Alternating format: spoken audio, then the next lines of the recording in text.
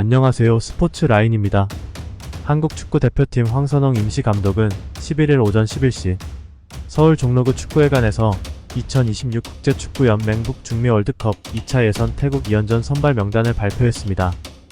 이강인 선수의 카타르 아시안컵 황명 사건, 이른바 탁구게이트 사건으로 뒤숭숭한 남자 축구 국가대표의 명단에 국민들 시선이 쏠렸는데요.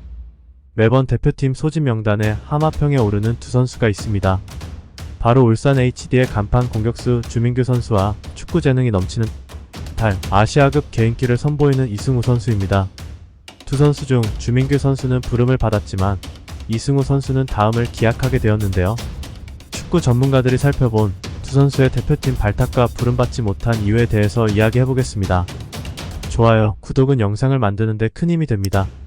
끝까지 시청해주세요. 먼저 프로축구 K리그1 울산 HD의 주전 스트라이커 주민규 선수입니다. 주민규는 K리그1에서 검증된 공격수입니다. K리그1 통산 179경기에 나서 82골을 넣으며 외국인 선수를 골가뭄에 해결해 쓰는 구단들 중에 토종 공격수의 자존심을 세우고 있습니다. 2021 시즌과 2023 시즌에는 각각 22골과 17골을 몰아쳐 득점왕에 올랐습니다. 2022 시즌에는 17골을 넣었지만 조규성보다 더 많은 시간을 출전해 눈앞에서 득점왕을 놓쳤었습니다. 주민규는 화려한 K리그 성적에도 불구하고 대표팀 경력이 없습니다. A대표팀뿐만 아니라 연령별 대표팀에도 선발된 적이 없습니다. 주민규는 2015 동아시아 축구연맹 동아시안컵에 예비 엔트리에 선발된 이후로 A대표팀과는 거리가 멀었는데요. 선수 경력 초창기에는 미드필더를 맡았고 공격수를 소화한 이후에는 활동 반경이 좁다는 등의 이유로 외면받았습니다. 주민규의 활약의 정점을 찍던 2021 시즌과 2023 시즌에도 하마평에 올랐으나 당시 파울로 벤투, 위르겐 클린스만 감독은 끝내 주민규를 선발하지 않았습니다. 하지만 황 감독은 달랐습니다. 황 감독은 태국전 선수 선발 기준을 묻자 K리그1에서 컨디션이 좋은 선수들을 염두에 뒀다. 대표팀은 최고의 기량을 선보여야 하는 자리라고 힘주었다. 이어 축구에는 여러 요소가 있지만 득점력은 다른 영역이라 생각한다. 3년간 리그에서 50골 넣은 선수는 전무하다. 더는 설명이 필요 없다고 주민규를 선발한 이유를 설명했습니다. 주민규는 이번 대표팀 선발로 새로운 기록을 썼습니다. 주민규는 11일 기준 33세 333일로 A대표팀 사상 가장 늦은 나이에 처음 발탁된 선수가 됐다. 만약 주민규가 오는 21일 태국전에 나설 경우 A대표팀 역대 최고령 어매치 데뷔 전 기록 33세 343일을 세우게 됩니다. 기존 최고령 데뷔 기록은 1954년 스위스 월드컵 티르키예전의 32세 168일의 나이로 처음 A매치에 출전한 고 한창하였습니다. 3년간 리그에서 50골 넣은 선수는 전무하다. 더는 설명이 필요 없다. 황선홍 감독이 주민규를 발탁하면서 밝힌 선발 배경입니다. 임시로 축구대표팀 지휘봉을 잡은 황 감독은 지난 11일 태국과 2연전에 나설 23명의 명단을 발표했습니다. 한국은 오는 21일과 26일 태국을 상대로 2026 국제축구연맹 FIFA 북중미 월드컵 2차 예선에서 홈 원정 경기를 치릅니다. 축구계에선 이번 태국전 명단이 균형감을 갖췄다는 평입니다. 박문성 해설위원은 지난 아시안컵에서 어려움이 있던 포지션의 변화를 줬다고 평가했습니다. 김대길 해설위원은 황 감독이 직접 운동장을 찾아 두 눈으로 확인했다며 가장 컨디션이 좋은 선수들을 선발했다. 균형감 있게 잘 선발됐다고 했습니다. 황 감독은 태국 2연전을 앞두고 직접 경기장을 찾아 옥석을 가렸습니다. 한국은 지난 아시안컵에서 공격에 애를 먹었습니다.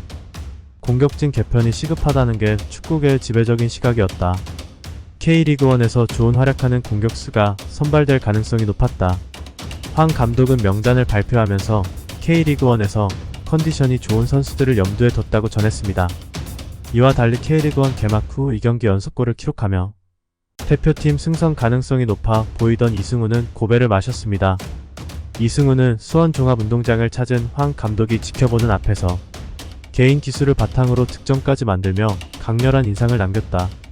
이승우를 지도하는 김은중 수원FC 감독도 그의 선발 가능성을 높게 봤는데요. 김 감독은 지난 9일 K리그1 2라운드 종료 후 기자회견에서 한국에서 보기 드문 미드필더이다. 가장 큰 장점은 밀집 수비를 뚫어낼 수 있는 능력을 갖췄다는 것이라며 이승우가 가장 적합한 옵션이 되지 않을까 생각한다고 밝혔습니다. 하지만 황 감독은 수원FC에서 이승우가 아닌 수비수 권경원을 선발했습니다. 그는 지난 9일 직접 이승우의 활약을 지켜봤습니다. 마지막까지 코치진과 논의했다. 하지만 이선 조합 등 여러 측면을 고려했을 때 소집할 수 없었다. 아쉽게 생각한다고 밝혔습니다. 두 선수 발탁 여부의 가장 큰 이유는 무엇일까? 김해설 위원은 포지션 경쟁에 차이점이 있다고 봤습니다. 김해설 위원은 주민규가 맡는 타깃형 공격수는 사실상 조규성을 제외한다면 없다. K리그에서 주로 외국인 선수들이 그 자리를 맡는다며 조규성이 지난 아시안컵에서 부진해 경쟁 구도가 필요한 시점이라고 말했습니다. 이어 반면 이승우는 상황이 다르다. 대표팀엔 이선 공격수들, 포지션 경쟁자들이 많다며 황희찬, 나상호가 부상으로 진열해서 이탈했다. 하지만 이강인, 손흥민, 이재성 등 여러 선수가 해당 포지션을 소화할 수 있다고 분석했습니다. 황 감독은 탈락에 아쉬워할 이승우를 달랬습니다. 황 감독은 K리그에서 활약하는 선수들에게 대표팀은 열려있다. 실망하지 않고 정진했으면 좋겠다는 바람을 나타냈다. 김해설 위원도 이승우가 언제든 대표팀에 복귀할 수 있다고 예상했습니다. 그는 이승우의 장점은 역시 기술이다. 순간 속도도 매우 뛰어나다며 하지만 몸싸움이 부족한 편이다.